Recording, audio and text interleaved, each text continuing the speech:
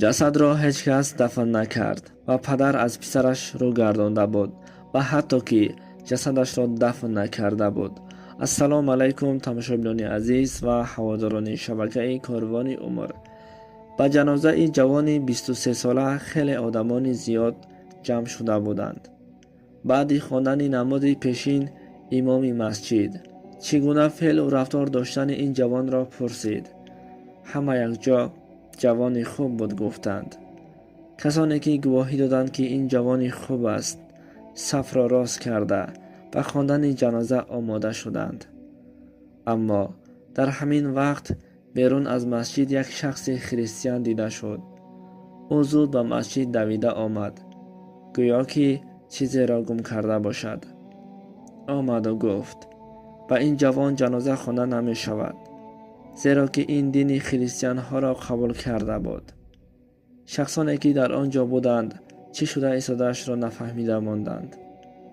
بعد شنیدن این سخن‌ها یکم امام برآمد و به راهب گفت شما معلومات نادرست گرفته اید.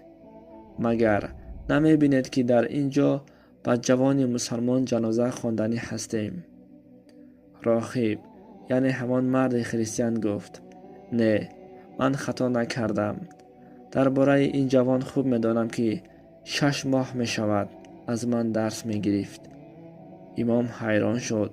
چخیل آخر در این باره شخصانی که اینجا حضور دارند گواهی خوب را دادند کو؟ راهب در همین وقت 2 جوان را جیغ زد. آنها به مسجد داخل شده گفتند بله، این جوان 6 ماه می شود که دین خریستیان ها را قبول کرده بود. جماعتی که به خواندن نماز جنازه صف کشیده بودند همه گفتند این خیل شدنش ممکن نیست. آخر ما او را به نماز جمعه و به نماز عید آمدنش را می دیدیم. با توی و معرکه های مسلمان ها کمک می کرد. همین طور گپ و چپ بسیار شد.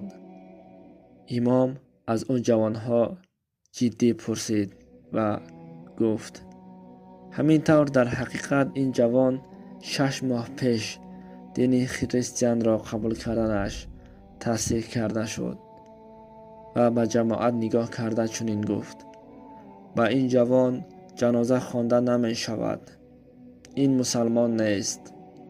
پدر که این حال را دید داد زد گفت من تو بر این فرزند ندارم، این را گرفته برید، مردش هم زندش هم در کار نیست.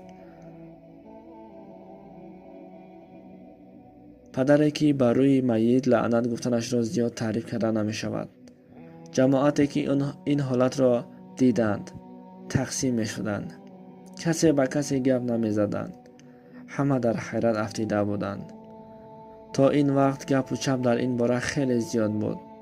فلانی این کارا کرده است، فلانی او کارا کرده است. اما هیچ کس اهمیت نمی داد. آنها امروز با این جوان جنازه خواندن نمی شود گفته شنیدند. این حالت کسانی که به جنازه خواندن آمده بودند به همه آنها یک درس عقیده و شده بود. او 2 جوان هم این واقعه را دیده توبه کرده از نو کلمه عریضه کردند. واقعی که امروز از همین شخصانی که در جنازه اشتراک کرده بودند سخت تأثیر کرده بود. از همان روز به خانه آمده به رفتار و گفتار فرزندانش سخت اهمیت می‌دادند و به آنها درس‌های عقیده و می‌آموختند. خدا نگهبان.